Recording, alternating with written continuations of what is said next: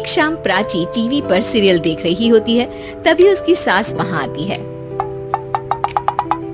अरे सीरियल में तो ऐसे मग्न है जैसे आज रात का खाना पड़ोसी आकर बनाएंगे। मुझे पता ही नहीं था आपने अपने बेटे की शादी पड़ोस में भी की हुई है। हैं? मतलब? मतलब इस घर में सारा काम बहू ही करती है, आप तो सिर्फ खर्राटे मारती हैं। अच्छा जी, फिलहाल तो तुम आराम फरमा रही हो, चलो जाओ, ये मेरे टीवी देखने का समय है। आहा, इसीलिए मुझे भगाया जा रहा है। सॉरी, अब तो बिल्कुल नहीं जाऊंगी। प्राची की इस बात पर दोनों सास बहू के बीच टीवी रिमोट के पीछे बच्चों जैसे छीना झपटी शुरू हो जाती है, जिसके बीच श्लोक भी काम से घर वापस आ जाता है। आज मेरी चूहे बिल्ली की जोड़ी किस बात पर झगड़ रही है? और तेरे बीवी मुझे टीवी ही नहीं देखने दे रही।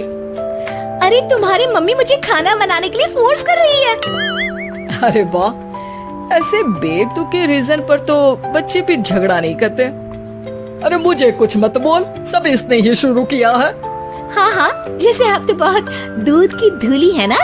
अरे बस, दोनों चुप। प्राची जाओ, खाने की तैयारी करो। और माँ तो छोड़ो, तुम्हें क्या बोलूं, शांति से अपना सीरियल देखो, मुझे दोबारा लड़ने की आवाज सुनाई नहीं देनी चाहिए। ऐसा बोलकर श्लोक वहाँ से चला जाता है, जिसके पीछे पीछे प्राची भी कुछ न कुछ बड़बड़ाते हुए रसोई में चली जाती है। हाँ हाँ, सासू जी को तो कुछ बोलेंगे ही नहीं, बस मुझ पर ही हुक्म चलता है, खाना बनाओ, जैसे मैं इनके घर में खाना बनाने के लिए आई हूँ। इसी तरह शाम बीतती है और रात को श्लोक और प्राची की सास खाना खाकर सोने चले जाते हैं, लेकिन प्राची गुस्से में कुछ खाए बिना काम में ही लगी रहती है। इस घर में किसी को घंटा फिक्र नहीं पड़ता, मैं खाऊं या भूखी रहूं। प्राची कुछ देर के लिए रसोई से बाहर जाती है और जैसे ही वापस आती है तो वहाँ दूध का भरा ग्लास देखकर हैरान रह जाती है। फिक्र पूरी है, बस दिखाना नहीं है। प्राची दूध पीकर सोने चली जाती है और अगली सुबह एक बार फिर सास बहू का कार्टून नेटवर्क स्टार्ट हो जाता है। ये तुमने ही किया है। अरे अजीब जबरदस्ती है, मैं बोल रही हूँ मैंने कुछ नहीं किया। दोनों ने मिलकर पूरे घर को पागल खाना बनाया हुआ है। यहाँ कोई नॉर्मल इंसान तो रह ही नहीं सकता, इसीलिए अब पड़ोसी क्या रिश्तेदार भी घर आने से कतराते हैं। और सुन बेटे, तू भी चंगा, तेरी माँ भी चंगी, तेरी बीवी भी चंगी, रिश्तेदार।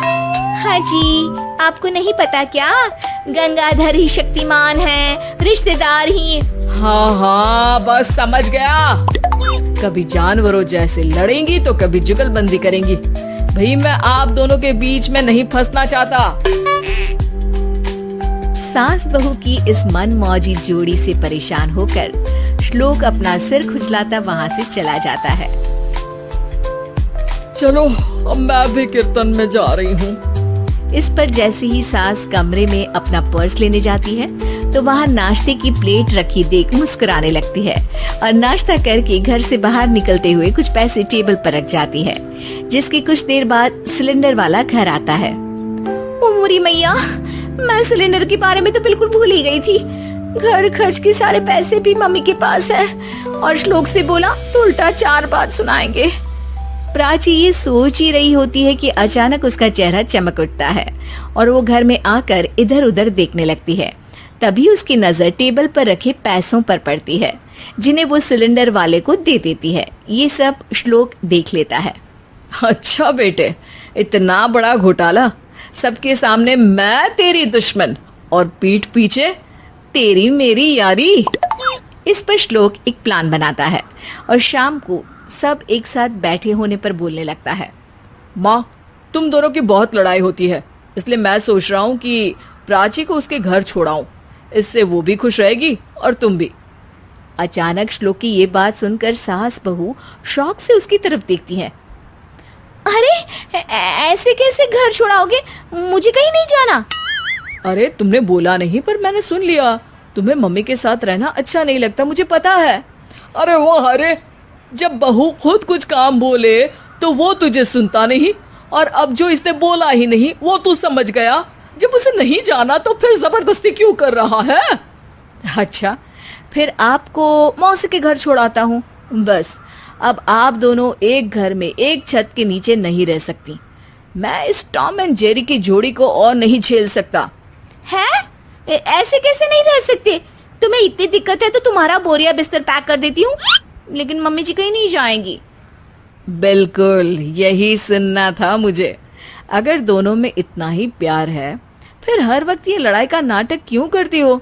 देखा मैंने कैसे माँ किचन में दूध रखती है और तुम उनके लिए कमरे में नाश्ता रखती हो, और कैसे वो पहले ही तुम्हारी दिक्कत समझकर घर में पैसे रखकर बाहर जाती है। अरे भाई, इतना ड्रामा तो डेली सोप में भी नहीं होता जितना तुम दोनों ने इस घर में फैलाया हुआ है। तू हमें टॉम एंड जेरी बोलता है ना, तो याद कर वो दोनों भी एक दूसरे को बाहर वालों की बुरी नजर से बचाने के लिए हमेशा सबके सामने लड़ते थे, लेकिन अकेले में दिक्कत के समय मदद भी तो करते थे। बस हमारा रिश्ता भी कुछ ऐसा ही है। और वैसे भी अगर सास बहू में तू मैं नहीं होती तो दुनिया वालों को कहानियां कैसे मिलेंगी?